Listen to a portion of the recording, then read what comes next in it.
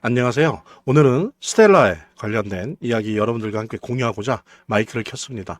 미국의 US뱅크가요, 스텔라 블록체인 위에서 달러 스테이블 코인 발행하는 것을 테스트하고 있다고 합니다. 이거는 크게 뭐 중요해라고 보실 수도 있는데, 스텔라의 원래의 역사, 스텔라 블록체인이 가지고 있는 타겟팅, 프로젝트의 방향성을 안다라고 한다면 이것이 스텔라 블록체인의 역사에 얼마나 중요한 일인지 아마 이해하시기가 쉬우실 겁니다.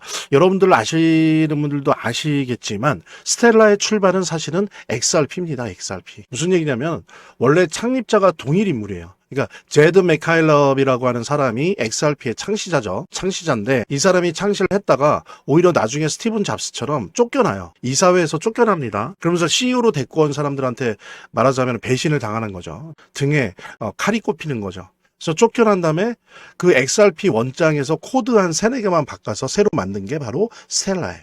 그러니까 무슨 얘기냐면 이 스텔라는 그러다 보니까 XRP랑 유사성이 되게 높습니다. 거의 얘기하는 게 유사성이 90% 이상이라고 얘기들 하거든요. 무슨 얘기냐면 기관이나 원래 태생적으로 기관이나 기업에 걸맞는 구조를 가지고 있다는 겁니다. 여러분들 XRP가 그렇다는 거 아시잖아요. 그래서 몇몇 사람들은 XRP를 비아냥거리죠. 너희들이 무슨 블록체인이냐. 기관과 기업의 솔루션일 뿐이지 라고 하는 말을 들을 정도로 XRP 자체는 원래 출발이 기관이나 기업을 위한 거예요. 위한 블록체인을 표방을 했었거든요.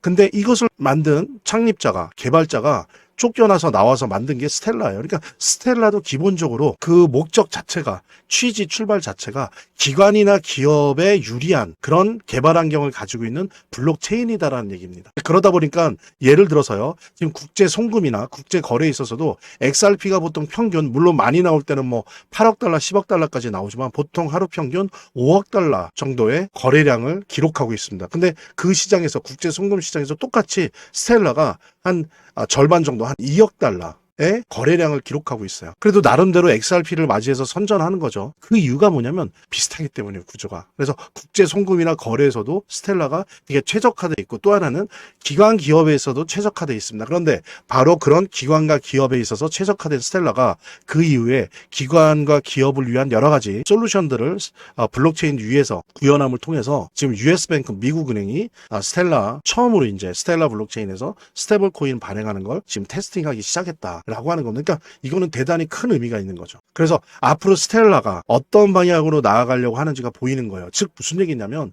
사실 아마 오래도록 XRP가 계속 경쟁할 겁니다. 최종 승자가 누가 될지는 저는 뭐 여기서 말하지 않겠지만 어찌되었건 지금 현재는 XRP가 근소하게 앞서가고 있긴 하지만 스텔라가 국제 송금, 국제 거래 시장, 그 다음에 기관 기업 시장에서 마찬가지로 XRP와 두드러지게 경쟁을 할 거예요. 이 영역이 바로 스텔라 블록체인이 장점을 가지고 있는 영역이기 때문입니다. 이 시장을 떠날 리가 없거든요. 다른 블록체인에 비해서 스텔라가 비교 우위를 가지고 있으니까요. 설사 XRP와 계속 경쟁하게 되더라도, 그죠? 어떻게 보면 이란성 쌍둥이라고 볼 수 있는데 기구하게도 시장에서는 가장 격렬하게 경쟁할 수밖에 없는 그런 서로 간의 존재이기도 합니다. 그래서 잘 아시는 분들은 저 또한 이제 그렇게 많이 하는데 P와 스텔라를 쌍으로 해서 투자를 해요. 왜냐하면 P가 오른 다음에 며칠 있다가 스텔라 오르고, P가 떨어진 다음에 스텔라도 떨어지고, 이런 모습을 보이거든요. 또 어떤 분들은 XRP와 스텔라를 50대 50으로 놓고 비율을, 그래서 50대 50 이 밸런싱을 계속 유지하는 방식으로 투자하는 분들도 많으세요. 그렇게 되면 쌀 때 많이 사고 비쌀 때 파는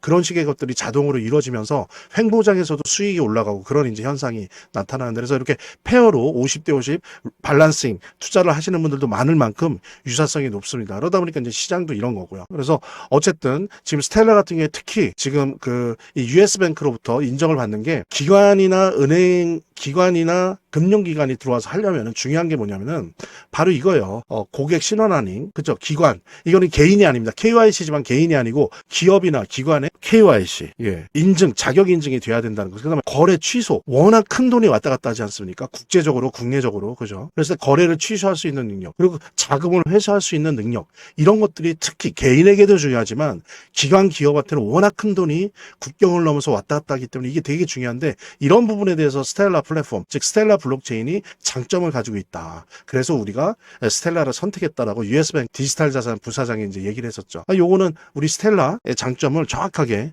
간파를 한 발언이고요. 이런 식으로 이제 앞으로 스텔라가 기업 기관 시장에서 자신의 장점을 펼쳐나갈 수 있는 그런 업그레이드가 얼마 전에 됐었기 때문에 향후 미래가 더 밝다라는 부분 여러분들과 함께 나누면서 이제 그 재단에 관련된 이야기 나눠보도록 하겠습니다. 차트를 제대로 보는 것도 중요하고 또 거시경제 상황들을 보는 것도 중요하고 매우 중요하지만 결국에는 사실은 이 모든 거를 무시하더라도 재단이 어떻게 하느냐가 사실은 이 암호화폐의 성패를 좌우하는 가장 큰 요소라고 하는 거를 우리가 모두 다 느낄 수 있는 거거든요. 그래서 제가 좀 과장을 하면 오히려 암호화폐를 통해서 돈을 제대로 버는 사람들은 물론 차트도 보고 거시경제도 보고 하지만 가장 1차적으로 핵심적으로 보는 게 그 암호화폐를 발행한 제작하고 있는 공급하고 있는 재단의 정책과 재단의 상황들을 보거든요. 재단의 어떤 정책들만 봐도 우리들은 이 암호화폐 투자를 통해서 막대한 수익을 얻을 수가 있는 겁니다.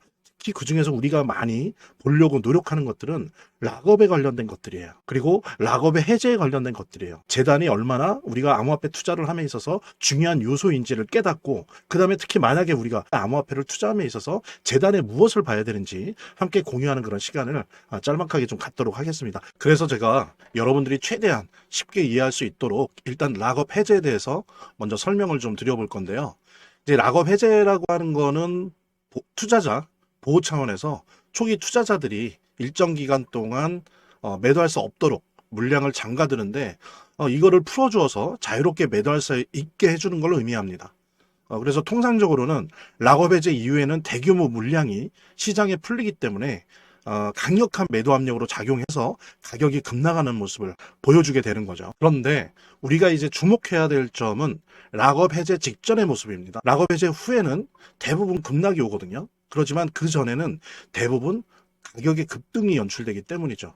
왜냐하면 이제 세력들이 대량 매도를 하기 위해서는 가격이 올라가야지만 수익을 보고 매도할 수 있기 때문인데요. 충격적인 건 이걸 위해서 재단이나 프로젝트 측도 가격을 인위적으로 끌어올린다는 거죠.